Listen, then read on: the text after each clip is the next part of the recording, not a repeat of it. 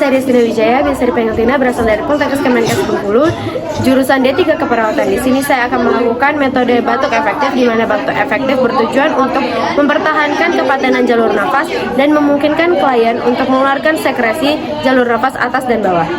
Ini adalah beberapa alat yang harus diperlukan dalam metode batuk efektif. Yang pertama, kita memerlukan handspot. Yang kedua, wadah untuk menaruh darah. Yang ketiga, ada masker. Dan yang keempat, ada air hangat. Pertama yang harus kita lakukan tentu yaitu menjaga kehigienisan dengan cara mencuci tangan atau memakai hand sanitizer. Kita harus memakai masker untuk mencegah penularan.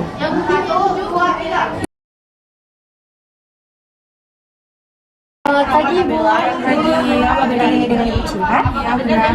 Semuanya perkenalkan Ibu, saya perawat yang bertugas pada hari ini di ruangan bawah. Saya akan memeriksa dan melakukan metode batuk efektif terhadap Ibu, karena batuk efektif ini bertujuan untuk membantu pernapasan Ibu menjadi lebih lancar dan mengeluarkan darah terhadap saluran pernapasan Ibu.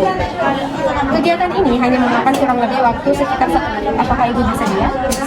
Baik Ibu, tindakan pertama yang harus saya lakukan, Ibu bisa duduk tegak terlebih dahulu.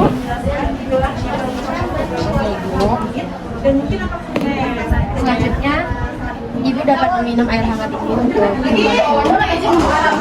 Bisa dibuka maskernya.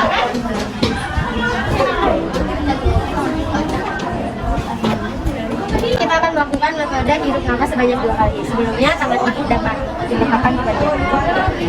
Dan ikutin saya ya Ibu ya. Tarik. Hembuskan. Tarik lagi.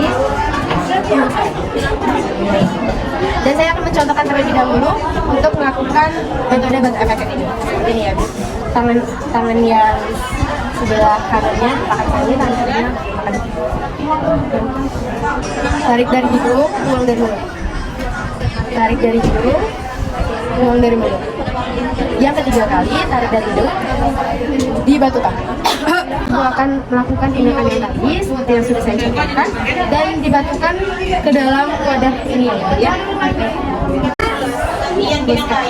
Tarik nafas, hembuskan. Tarik nafas, batukan.